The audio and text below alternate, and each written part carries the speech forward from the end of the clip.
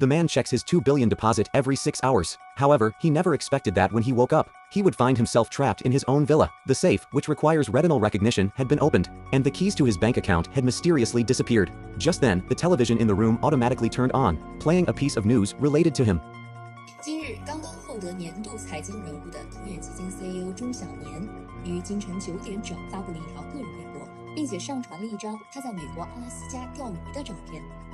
钟晓年在微博中这样说道：“本人将辞去同业基金 CEO 的职务。” Zhang Xiaonian was completely stunned. He had never posted anything on TikTok, and he was not in the USA. There was no way he would resign from a job that paid him over 100 million a month. He picked up the phone to confirm, only to find that his phone had no signal. Angry, he had never experienced such slander. He grabbed a golf club and began to pound on the door lock, but the door still wouldn't open. Peering through the keyhole, he could see only endless darkness outside. At that moment, the television displayed another image. Zhang Xiaonian was furious. He picked up the remote and pressed the play button, only to find evidence of his crimes over the years, manipulating the stock market through illegal means, bribing high officials to gain massive profits. Even his extramarital affairs were exposed, which nearly broke down Zhang Xiaonian, who considered himself a genius. His brain raced through every possible scenario, seeing his privacy splashed across the screen. Zhang Xiaonian raised the golf club, only to suddenly find himself appearing on the screen. It turned out the room had been equipped with surveillance long ago. Just then, he heard static coming from the intercom. Following the sound, he finally found it under the sofa. Zhang Xiaonian arrogantly asked who it was, but the mysterious person spoke in riddles, telling him they would play a game. For the next 5 days, every day at 9:30, he would be given a multiple-choice question. Each question would have 2 options, and he must make a choice. If he did not respond within 3 minutes, it would be assumed he chose both. Zhang Xiaonian did not want to play such childish games, but before he could finish, the television screen displayed today's question: announce your divorce from your wife, or choose to expose your massive tax evasion.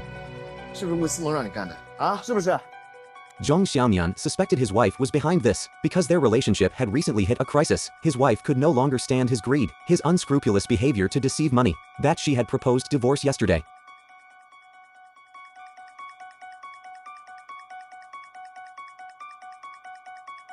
The other party completely ignored him. Zhang Xiaonian angrily threw away the intercom, but the time to answer had already run out. Since he had not made a choice, the mysterious person assumed he had chosen both. Soon, news reports revealed that he had announced his love affair with the rich woman Zhuang Yi on TikTok. At the same time, the television received an anonymous report, reporting substantial evidence of Zhang Xiaonian's tax evasion. Since the other party had shown no mercy, Zhang Xiaonian decided not to be righteous. He tried to pry open the window to escape. He secured a tether to the treadmill, then turned the belt speed to the maximum. He planned to use the treadmill's force to tear down the wooden board. This showed how great the power of knowledge is. But when the board was ripped off, he injured himself. After what felt like an eternity, he finally removed the board, but behind it was a thick concrete wall. Zhang Xiaonian realized the severity of the problem. He picked up the intercom again and called out, "No matter who is behind this, I'm willing to pay double." However, this unexpectedly enraged the mysterious person. The lights in the room turned red, and then ventilation ducts opened in the ceiling. The temperature quickly soared to 65 degrees, the limit for steaming humans. After Zhang Xiaonian stripped off his clothes, the air conditioning switched instantly, dropping the temperature to 0 degrees. Meanwhile, outside, chaos ensued, with the rich woman Zhuang Yi becoming the center of public attention. His wife also received a mysterious call. The next day, as Zhang Xiaonian froze like a dead dog, he heard the news that his wife had attempted suicide. The entire incident was shrouded in fog.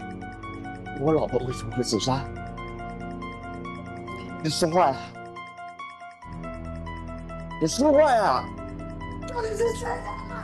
Zhang Xiaonian was completely broken, because all his years of effort had been for this family. Looking at the intercom in his hand, he thought of an escape plan. He secretly hid in the bathroom and modified the intercom, and surprisingly, it really connected to the outside. A financial journalist named Tian Yu heard him. Zhang Xiaonian introduced himself, claiming he was kidnapped, but the journalist didn't believe him and cut off the intercom. Just as hope seemed to vanish, Zhang Xiaonian thought of another way. He covered the room's surveillance and modified the hairdryer, and it really managed to cut through the wooden door. However, upon exiting the room, he discovered this was not his own villa at all, but a one-to-one replica of it. Using the faint light, he found a ventilation duct leading outside. Soon it was time for the next question: expose stock price manipulation, or expose Zhu Nan as a corporate spy. This time, Zhang Xiaonian did not hesitate to choose the latter. He and Zhu Nan were middle school classmates. Years ago, he pursued his wife, and he still held feelings for her. Zhu Nan was also the assistant to Tang Wanyun, the vice president of Tengyuan Fund. At that moment, he was using Zhang Xiaonian's retina to find someone to restore it. But the work, which should only take a few hours, he told Tang Wanyun would take a day. The next day, the two arrived at Zhang Xiaonian's villa, but when Tang Wanyun opened the safe,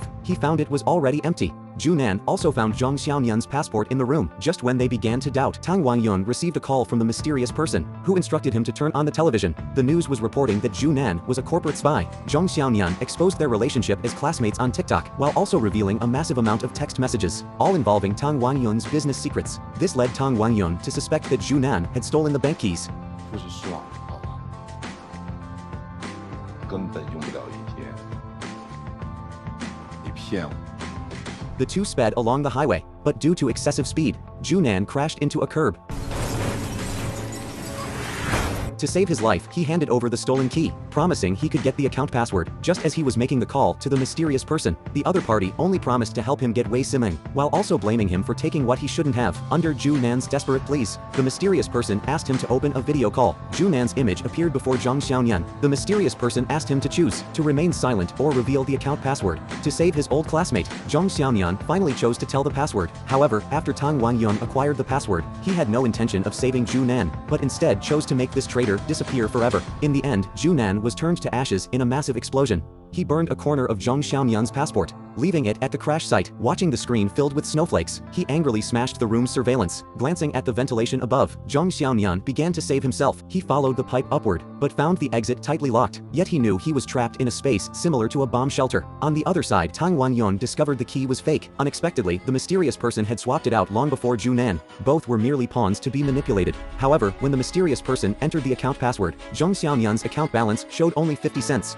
Enraged, the mysterious person immediately threw out the fourth question: expose the murder of Teng Yunfun's founder, Zheng Guangwen, or reveal where the money in the secret account went. Zheng Guangwen was Zhang Xiaoyun's mentor, but to rise to power, he colluded with Tang Wangyun to fabricate black materials to frame Zheng Guangwen, which ultimately led to Zheng's downfall and suicide. Zhang Xiaoyun chose the former without hesitation, because he thought of a way to prove himself. He once again connected with Tian Yu via the intercom, telling him to check today's news, which would report on him framing Zheng Guangwen. As expected, the news flooded in, reporting he had murdered his mentor. This time, Tian Yu believed that he was Zhang Xiaoyun, but just as he prepared to call the police, he was stopped, because he had become a suspect. Only by getting out could he prove his innocence. Zhang Xiaoyun told him to name his price, but Tian Yu said he was not short on money. As a journalist, he wanted to achieve success in his career. He proposed that Zhang Xiaoyun accept an in-depth video interview, and he would need 24 hours of follow-up recording. They made a deal. Meanwhile, at the crash site, the police discovered the passport. Tang Wangyun successfully falsified the body to be Zhang Xiaoming, making Wei Simeng the legal heir. Tang Wangyun used the child in her womb as leverage to have her unconditionally transfer all of her shares to him. At the same time, Tang Wangyun bribed a forensic doctor to confirm that the deceased was indeed Zhang Xiaoyun.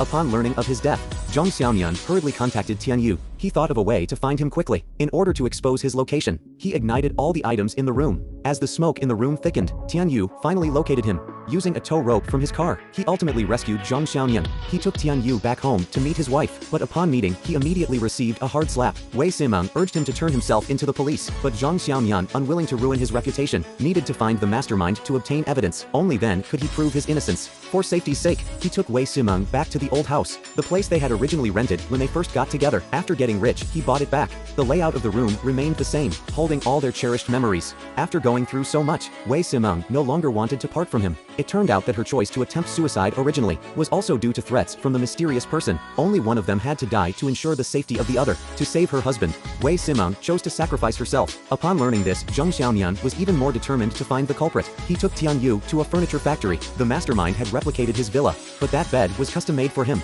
So if he could find out who replicated the bed, he would be able to find the mysterious person. However, when they found the order, it shockingly bore the name of his mentor. 等老婆没死了，不可能，亲自料理的后事。 It turned out that years ago, Tang Wangyun proposed to remove Zheng Guangwen if they could obtain evidence of his stock market manipulation, but his backers' constant pursuit forced him to go to the rooftop and make a final phone call to Zhang Xiaoyun, though he was unaware of the true circumstances. Otherwise, he would have returned the money to Zheng Guangwen. After all, he just wanted to rise to power. But now it was too late. The mastermind might also be impersonating Zheng Guangwen. He told Tian Yu to wait in the car. While he went in the rain to look for it, he quickly found the room at the address, only to discover it contained all his personal information. Suddenly, a shadow flashed at the door, and Zhang Xiaoyun hurriedly chased after it. Several times he almost caught the mysterious person. Tian Yu tried to block the alley with his car, but the mysterious person still managed to escape. Back at home, he received another call from the mysterious person. The two ultimately reached an agreement. Zhang Xiaonian would use the funds in his account to exchange for all the dirt the mysterious person held. They agreed to meet for the exchange that evening. Wei Simeng was worried about Zhang Xiaonian's safety and asked why he didn't just transfer the money directly to the other party. Reluctantly, Zhang Xiaonian had to explain the situation. It turned out that the day Wei Simeng proposed divorce, he feared the lawyer's involvement would uncover the dirty money, so he transferred all the money to Zhuang Yi, hoping to launder it through her connections. But given the current situation, Zhuang Yi was unlikely to return the money. However, as long as Wei Simeng was willing to help him meet the two parties, there should still be room for negotiation regarding the money. Soon, Wei Simeng appeared before Tang Wanyan. She expressed that Tang Yun Fund was her husband's years of hard work, so she didn't want to give up. Since Tang Wanyan was in it for the money, Wei Simeng offered to buy his shares at a high price. After negotiating, they settled on the closing price of the next day. Then she sought out Zhuang Yi, hoping she would purchase Tang Yun Fund. Wei Simeng informed her she could buy all of Tang Wanyan's shares at tomorrow's closing price, but could sell to her at today's closing price. Zhuang Yi was indeed a shrewd woman, but Wei Simeng did not elaborate further. Just as she prepared to leave, Zhuang Yi called her back. She quickly learned of Tang Wanyan's efforts to raise the stock price for funds. 喂，叫我王总，你好，王总，我出21块。 24块很合理。我马上等进您的25块，25块我全报了。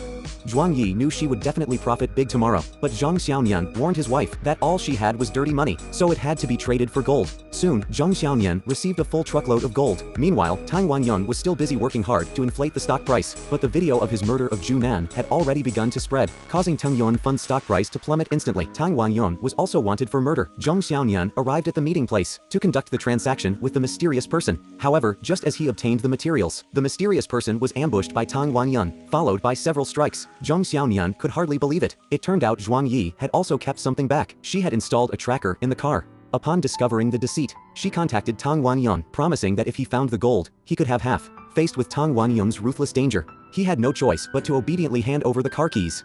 However, Tang Wanyan did not plan to let him off, but when he was about to take action, Zhang Xiaonian unexpectedly reported to the police early. Hearing the sirens, Tang Wanyan had no choice but to flee with the gold. But where were the police? This was all part of Zhang Xiaonian's plan. 真把钥匙给他了，能动脑子谁还动手？我给的是公司办公室的钥匙。 Everything was settled. The next day, Zhang Xiaonian held a press conference, using his illegal detention as an excuse to clear his name. But just as he prepared to leave, the lights on the scene suddenly went out. Then his phone received a video. Unexpectedly, it showed his wife being kidnapped, strapped with 10 kilograms of explosives. Next came another text. At that moment, Zhang Xiaonian realized the game was far from over. Having no choice, he had to continue. He received another message. The reporters at the scene were almost about to disperse when they saw Zhang Xiaonian publicly take off his pants. He retrieved the bomb from under the podium and attached it to himself. As each message was sent out, Zhang Xiaonian had no choice but to follow the mysterious person's arrangements. More and more reporters gathered. Zhang Xiaonian paid no mind to the crowd's gaze. He found the next question from the trash can, a choice between his wife and the reporters. The surrounding reporters, unaware of what was happening, were suddenly startled by the gun drawn, retreating in a panic. Just as he struggled over whom to shoot, the gun accidentally fired, hitting Tian Yu in the crowd. But Zhang Xiaonian had no time to explain. He dashed towards the car he had prepared earlier, following the navigation set by the mysterious person. However, upon exiting the car, he saw Zhuang Yi. He initially thought Zhuang Yi was the mastermind, but unexpectedly, his phone buzzed with another message. Choose to leave with Zhuang Yi, or reveal the safe password. He did not hesitate to type in the password. But just then, a black sedan charged out. At that critical moment, Zhuang Yi pushed Zhang Xiaonian away, but she was sent flying from the impact. The man stepping out of the car was none other than Tang Wanyan. He dragged Zhang Xiaonian to the front of the car, ordering him to open the vault door, but he failed to notice Zhang Xiaonian discreetly grabbing a gold brick. As Tang Wanyan became infatuated with the sights ahead, Zhang Xiaonian struck him from behind, knocking him out cold. He hurriedly ran towards the rooftop, finally seeing his kidnapped wife, but she was shackled tightly with iron chains, unable to be freed. Just then, the television nearby flicked on, and the audio playing was their conversation from the old house. The true mastermind finally surfaced. It was the journalist Tian Yu who had been shadowing him all along. His real name was Zheng Yu, and Zheng Guangwen was his father. He informed Zhang Xiaonian that the bombs strapped to them would explode simultaneously when the timer hit 0, but if one was detonated early, the other would not go off. Both of their triggers were on their shoulder straps. With time running out, Zhang Xiaonian realized his mistake. For so many years, he had pursued money blindly, blinding him to the truth. He kissed his wife, reluctantly moving backward, then leapt off the edge. In the final moments before the timer hit 0, he detonated the bomb strapped to him. Tang Wanyan was sentenced to death for murder, while Zhang Xiaonian was given a life sentence for stock manipulation and money laundering. It turned out that when he pulled the trigger, a parachute popped out of his backpack, and all this was orchestrated by Zheng Yu. Since Zhang Xiaonian chose to sacrifice himself, Zheng Yu chose to forgive him. After all, it was his father who committed the crime first.